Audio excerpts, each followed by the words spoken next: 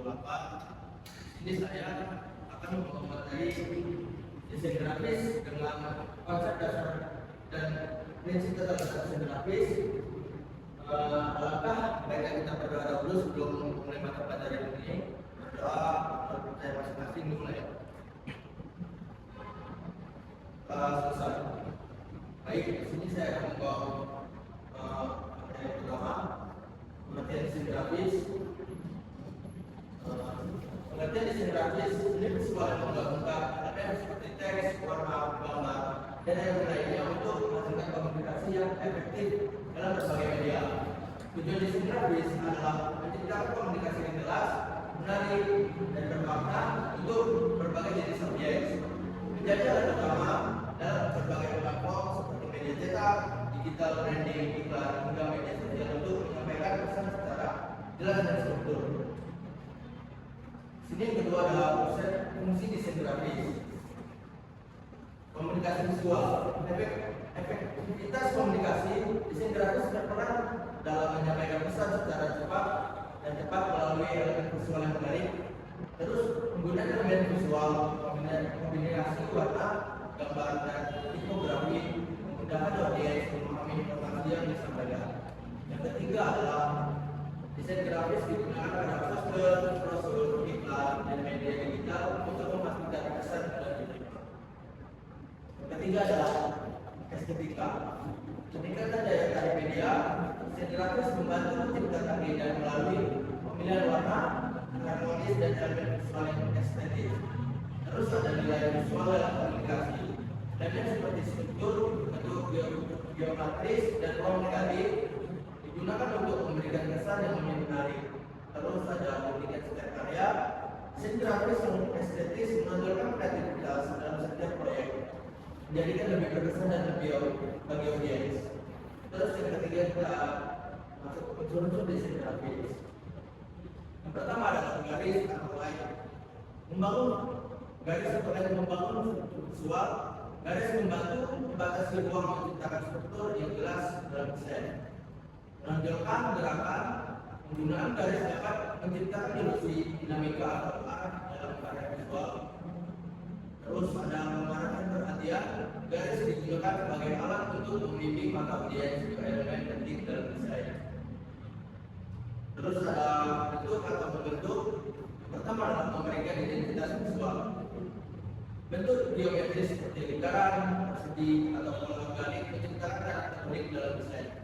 Yang kedua adalah membangun harmoni visual. Kombinasi berbagai bentuk membantu menciptakan keseimbangan dan harmoni. Yang ketiga adalah menyesuaikan tema dan desain. Pemilihan bentuk dapat menyesuaikan dengan suasana atau pesan yang disampaikan baik formal maupun virtual. Yang ketiga adalah warna atau color, menonjolkan emosi. Warna dapat menciptakan suasana seperti ceria dengan warna cerah atau elegan dengan warna netral. Terus ada menurut pesan, kualitas warna menekankan elemen-elemen penting agar lebih terlihat jelas. Yang ketiga menciptakan identitas. Pilihan warna yang tepat membantu dalam membangun identitas elemen visual. Selanjutnya ada tekstur, memberikan kedalaman visual. Tekstur menyempurnakan desain dengan memberikan serta dimensi atau ketebalan realistis, meningkatkan detail. Elemen tekstur menciptakan kesan lebih kaya pada desain sehingga lebih menarik secara visual. Terus ada menambah nuansa desain. Kombinasi tekstur dan elemen lain membantu menyesuaikan desain dengan tema yang diinginkan. Lanjut yang keempat kita prinsip-prinsip tata letak. Pertama adalah keseimbangan atau balance. Yang pertama adalah keseimbangan simetris. Menggunakan distribusi visual setara pada sisi kiri dan kanan dalam desain untuk menciptakan harmoni. Yang kedua adalah keseimbangan asimetris. Memadukan elemen dengan ukuran, warna, atau posisi yang berbeda secara strategis menghasilkan dinamika visual. Yang ketiga, mengutamakan kenyamanan visual. Menyeimbangkan elemen agar desain terasa logis, stabil, dan menarik audiens. Lanjut ke kontras. Kontras suara menggunakan warna terang dan gelap dalam satu desain untuk menciptakan pusat perhatian visual. Kedua adalah arsitektur, menggabungkan tekstur halus dan kasar untuk menunjukkan data tertentu. Ketiga, penyusunan teks menunjukkan informasi penting melalui ukuran huruf, jenis font, atau gaya huruf yang berbeda. Selanjutnya adalah kaki atau vertex. Permanfaatan kurang dan yang besar, yang lebih besar ditempatkan sebagai informasi utama untuk menarik perhatian pertama. Kedua, aturan posisi. Penetapan elemen penting pada bagian atas atau layout untuk memastikan stabilitas maksimum. Selanjutnya ada penggunaan variasi pada jenis warna atau bentuk membedakan isi utama dari informasi.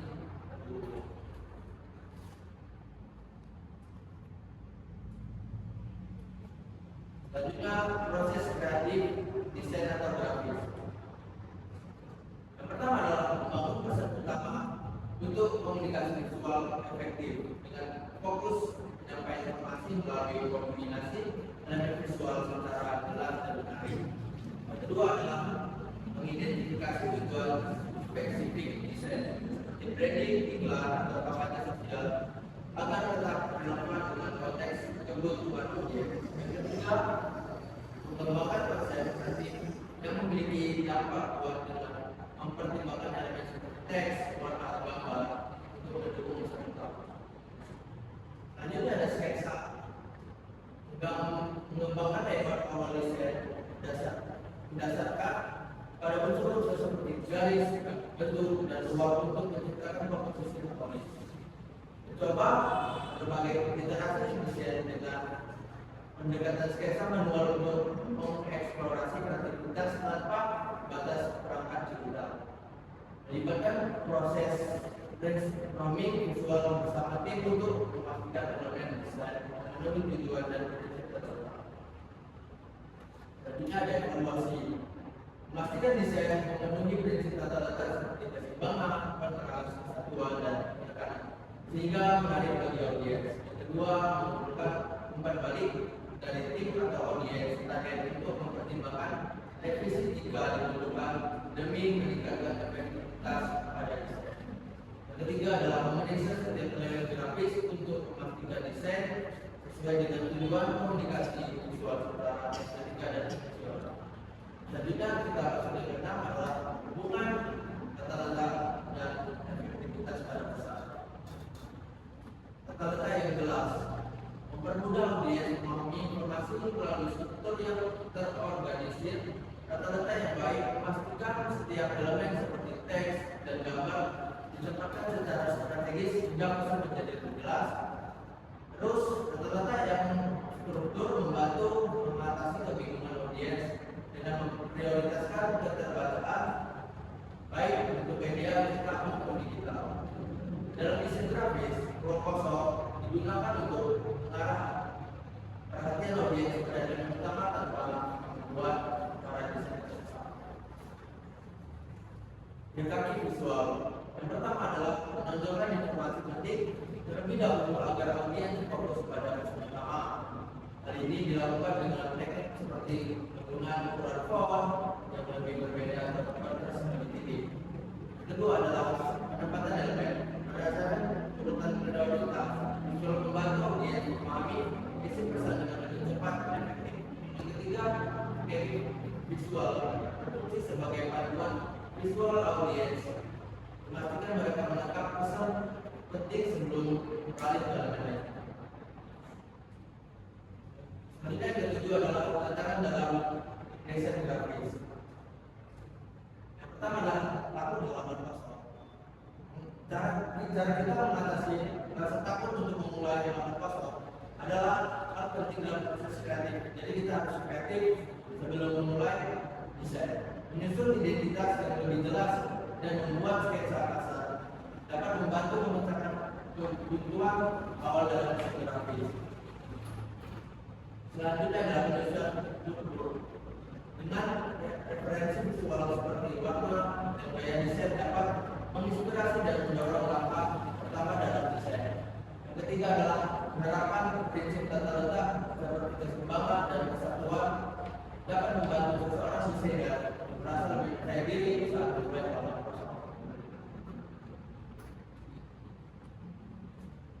Selanjutnya yang ke-8 adalah studi kasus. Ini adalah poster tanpa kaki. Dia akan gagal memberi fokus visual. Ketidakhadiran indikatif visual menyebabkan audiens kesulitan memahami inti pesan yang disampaikan. Yang kedua, visual yang kacau.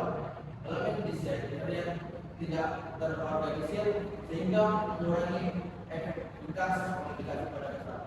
Yang ketiga, komponen desain saling bersaing. Elemen seperti teks dan gambar lawan alih-alih mendukung satu sama lain, membuat pesan sebelum menjadi gaul. Poster dengan kaki, program lebih informasi utama. Elemen yang penting ditampilkan secara visual dengan ukuran dan penempatan strategis sehingga menarik perhatian audiens terlebih dahulu. Selanjutnya, kompresi dan struktur jelas, lebih elemen desain yaitu secara logis sehingga audiens dapat mengikuti alur informasi yang jelas. Ketiga adalah estetika profesional.